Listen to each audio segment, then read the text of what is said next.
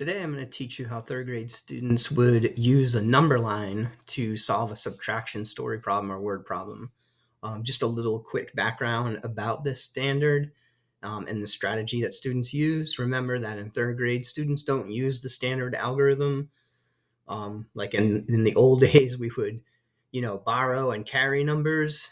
Students in third grade are still at the conceptual level, the concrete level of math. They will move into the standard algorithm into fourth grade. So it is coming, but the skills that they're learning now and the concepts they're learning now will build so that when they do use the standard algorithm, they'll have a better understanding of it. All right, so let's get into how to use the number line for subtraction. So our story problem says that Charisma has $293. She spent $157 on vacation. How much money does she have left? So the first thing we're going to do is we're going to start on this end of the number line.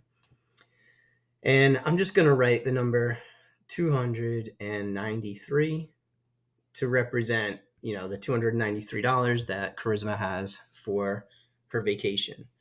So when I think about subtraction on the number line, I'm going to be subtracting 293 minus 157 to get how much money she has left. So that can be M.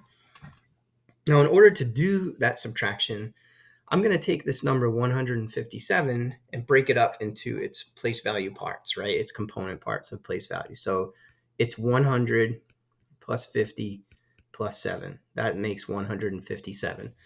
I'm going to use the way I decompose this number to help me with subtraction. So the first thing I'm going to do is I'm going to take this 100 and I'm going to subtract 100 on the number line. So I'm going to take 293 and subtract 100, and that's going to give me 193.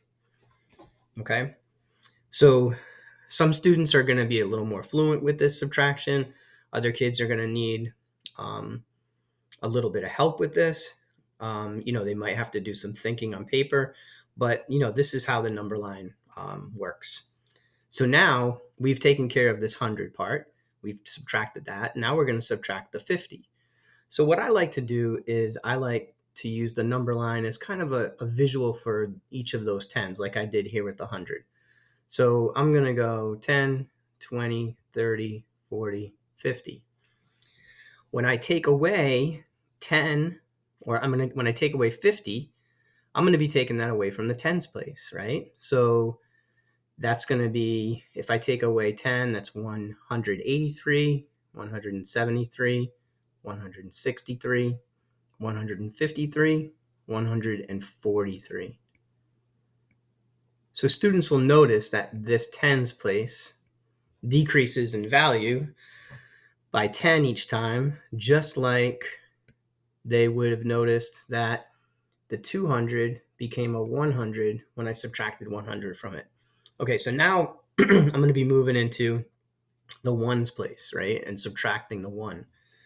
So when I subtract the ones, you're going to notice here, this would be a time if we use the traditional algorithm, this would have already been ungrouped and we would have used numbers from the tens to figure out the subtraction problem for the ones place.